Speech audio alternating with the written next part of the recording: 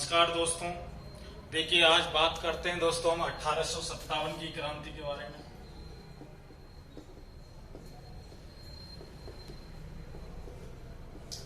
अठारह की क्रांति भारत में जिस समय हुई थी, 1857 की क्रांति के कारणों की बात करते हैं कि इसके मुख्य कारण क्या थे, क्रांति होने के मुख्य कारण क्या थे भारत में।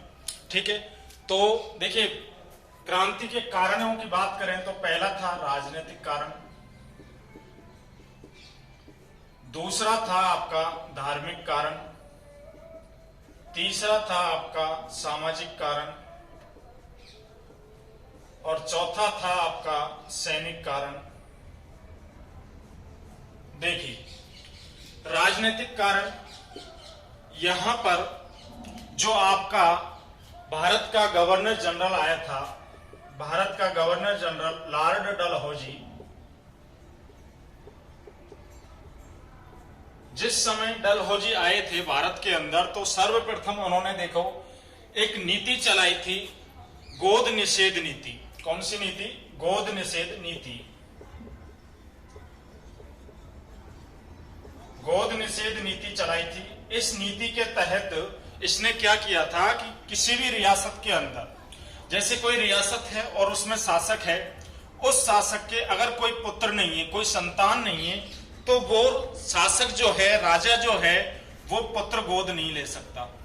यानी डलहौजी ने ऐसा नियम बना दिया था कि अगर कोई शासक है और उसको उत्तराधिकारी चुनने के लिए जैसे उसका पुत्र नहीं है, तो वो अपनी गद्दी के लिए किसी पुत्र को, अपने भतीजे को या अपने मामा के लड़के को या किसी को भी रिश्तेदार को वो उस गद्दी पर नहीं बैठा सकता।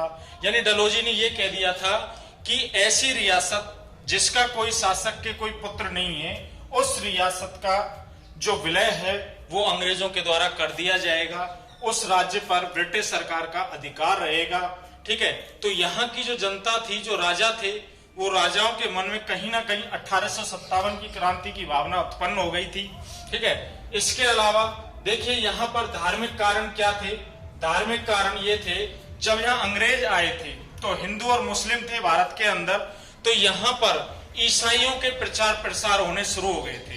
यानी भारत के अंदर ईसाइयों की स्कूलें वगैरह, मंदिर वगैरह, जो चर्चे वगैरह जो भी थी, उनका प्रचार प्रसार ज्यादा किया जा रहा था, हिंदू मुस्लिमों का कम किया जा रहा था। यानी कहीं ना कहीं गुप्त रूप से ईसाई जो थे, ईसाई धर्म का प्रचार प्रसार यहाँ हो रहा था और हिंदू और मुसलमानों को कहीं ना कहीं ईसाई धर्म से जोड़ा जा रहा था। तो कहीं ना कहीं ये धार्मिक कारण भी बनता है 1857 की क्रांति के लिए। ठीक है, इसके अलावा सामाजिक कारण आता है। देखिए सामाजिक कारण क्या है? अपने भारत के अंदर कुछ कुप्रथाएं चलती थी, जैसे कि बाल विवाह चलता था, बाल विवाह था, सती प्रथा कुप्रथा थी अपने अंदर। ठीक है, इसके अलावा यहाँ पर विधवा पुनर्विवाह प्रचलन नहीं था। ठीक है, जब अंग्रेज यहाँ पर आए तो सर्वप्रथम इन्होंने बाल विवाह निषेध कानून बनाए थे। ठीक है, सती प्रथा पर रोक लगाई थी। इसके साथ ही यहाँ पर अंग्रेजों ने विधवा पुनर्विवाह को बढ़ावा दिया था, जो कहीं ना कहीं समाज, जो अपना समाज है, उस समाज के खिलाफ था। तो यहाँ कहीं ना कहीं जो सामाजिक कारण बनता है 1857 की क्रांति का, वो ये कारण बनता है। इसके अलावा सैनिक कारण क्या होते हैं?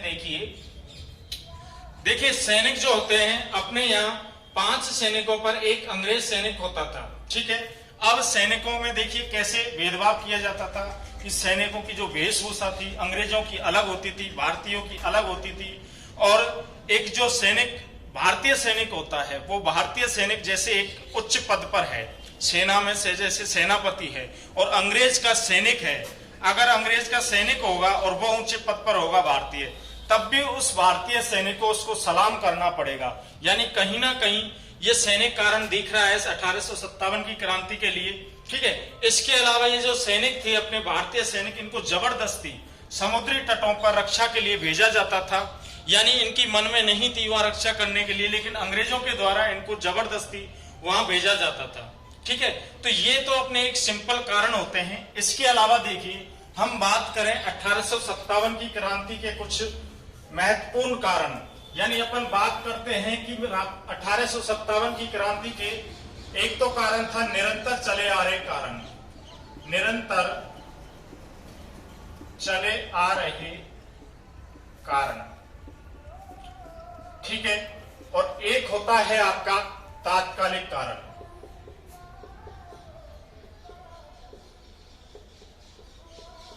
ठीक है, अब आप देखिए निरंतर चले आ रहे कारणों में क्या है। पहला कारण क्या है, देखिए आपके दिल्ली का बादशाह कौन है, अंतिम मुगल बादशाह दिल्ली का था बहादुर शाह जफर, बहादुर शाह जफर सेकंड। ठीक है, बहादुर शाह सेकंड दिल्ली का अंतिम मुगल बादशाह था। तो इसके जो किला था वो कौन सा किला था, लाल किला। कौन सा किला, लाल किला। जब अंग्रेज यहां पर आए थे तो अंग्रेजों ने बहादुर शाह जफर को इस लाल किले को खाली करवाने के लिए कहा, यानी इस किले को यहां से इसको खाली करवा लिया गया और इससे कहा कि आप जाकर के कुतुब मीनार में रहो। ठीक है, इसके अलावा बहादुर शाह जफर के द्वारा यहां पर जो सिक्के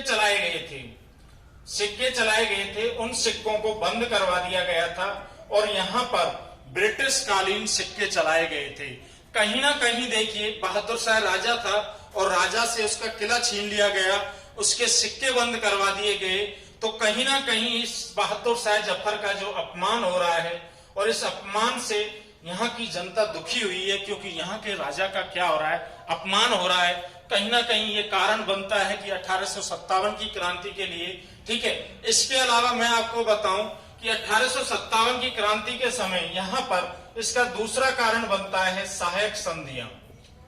सहायक संधियां यानी देखिए यहां पर जब अंग्रेज आए थे तो अंग्रेजों ने यहां पर सहायक संधियां शुरू कर दी थी। ठीक है, सहायक संधियों की बात करें तो सहायक संधियों का जो जनक है वो जनक कौन सा होता है, सहायक संधियों का जनक किसे कहा जाता है, लॉर्ड वेलेस्ली को। किसको कहा जाता है, लॉर्ड वेलेस्ली को। यानी सहायक संधियों का जनक किसे कहा गया है, लॉर्ड वेलेस्ली को। अब जो सहायक संधियां हैं ये किस किस के मध्य होंगी, एक तो था रियासती शासक और एक था अंग्रेज। यानी रियासती शासक और अंग्रेजों के मध्य क्या होगी, संधियां होंगी। ठीक है, अब ये जो संधियां थी इनका कारण क्या था, ये संधियां हुई क्यों, कारण क्या था इन संधियों का, तो ये बात करेंगे अपन। अपने राजस्थान में संधियां क्यों हुई थी, इनका कारण क्या था, मराठों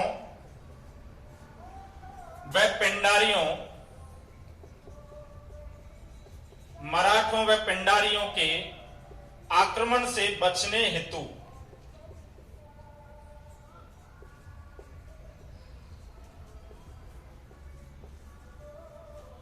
यानी मराठों व पिंडारियों के आक्रमण से बचने के लिए अंग्रेजों के साथ जो राजस्थान के रियासती शासक होते थे वो संधि करते थे।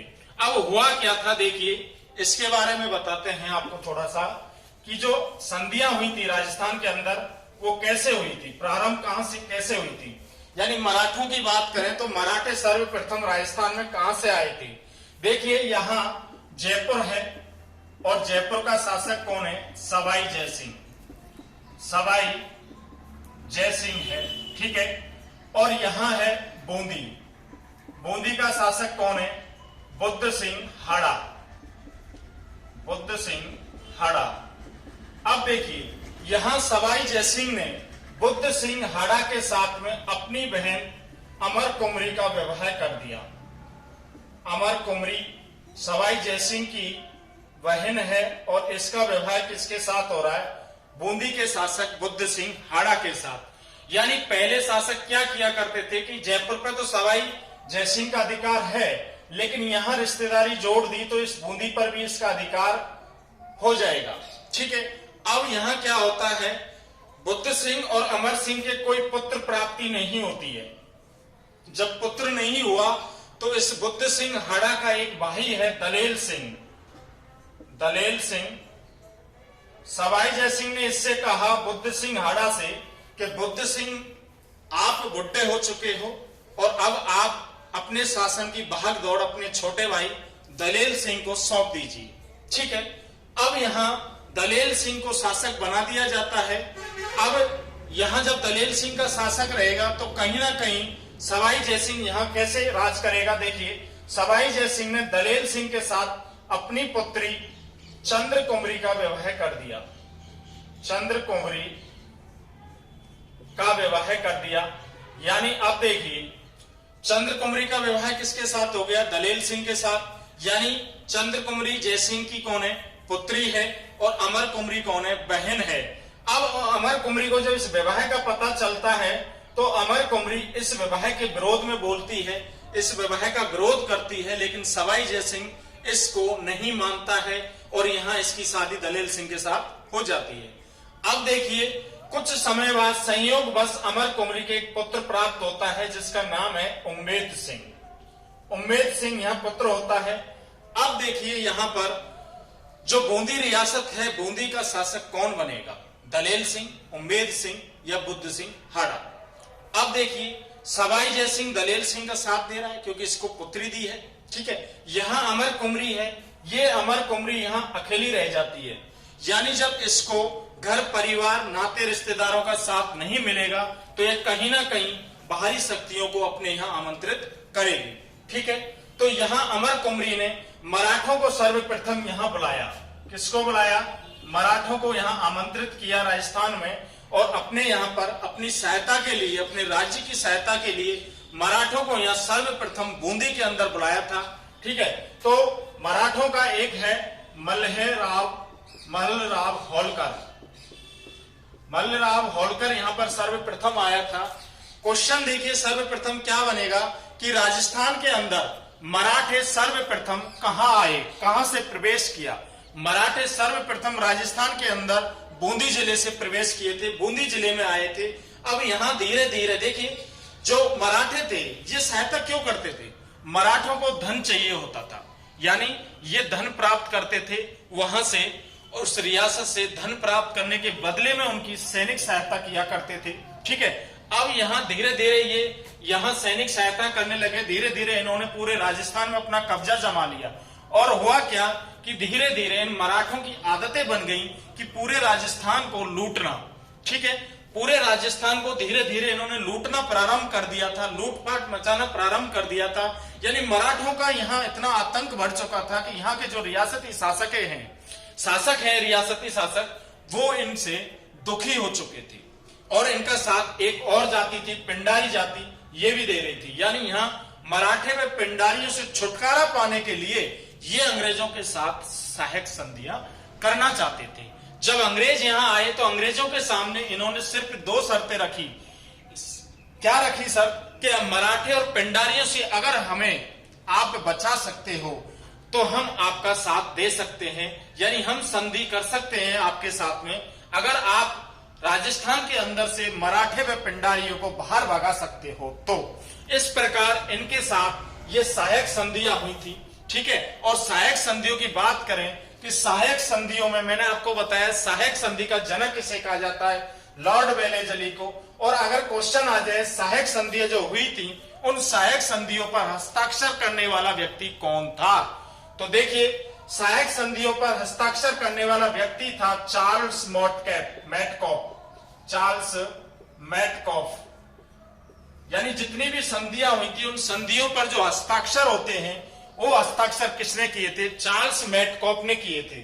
ठीक है, अगर बात की जाए कि राजस्थान के अंदर सर्वप्रथम रियासत कौन सी थी जिसने संधि की थी अंग्रेजों के साथ? अंग्रेजों के साथ प्रथम संधि करने वाली पहली रियासत कौन सी थी? पहली रियासत का नाम आता है, तो पहली रियासत कौन सी थी आपकी जिसने अंग्रेजों के साथ सर्वप्रथम संधि की थी? देखिए पहली रियासत थी करौली रियासत, और करौली रियासत ने संधि की थी अंग्रेजों के साथ 15 नवंबर 1818 को संधि की थी।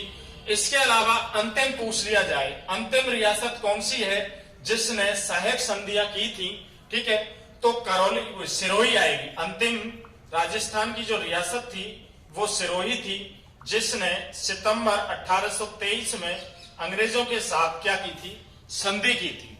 ठीक है, तो देखिए ये कहीं ना कहीं यहां पर देखिए करौली रियासत का जो शासक था संधि के समय वो था हरबख्श पाल सिंह।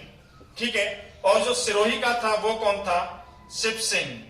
सिरोही का शासक संधि के समय शिव सिंह था और करौली का हरबख्शपाल सिंह। ठीक है, यानी कि जो 1857 की क्रांति यहां चल रही है, 1857 की क्रांति के समय यहां पर जो सहायक संधियां हुई थी, उन सहायक संधियों में सर्वप्रथम पहली जो रियासत थी संधि करने वाली वो कौन सी है? करौली थी। उसके बाद कोटा।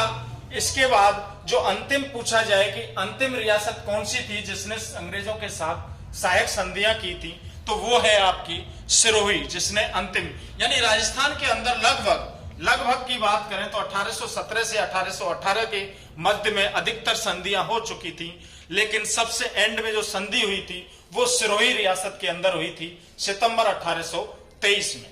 ठीक है,